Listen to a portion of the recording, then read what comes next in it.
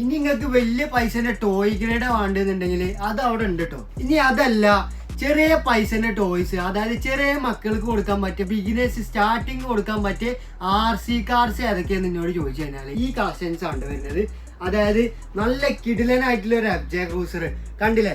രണ്ടാമത് വരുന്നത് XRXന്റെ ഫേവറേറ്റ് വണ്ടിയാണ് കേട്ടോ.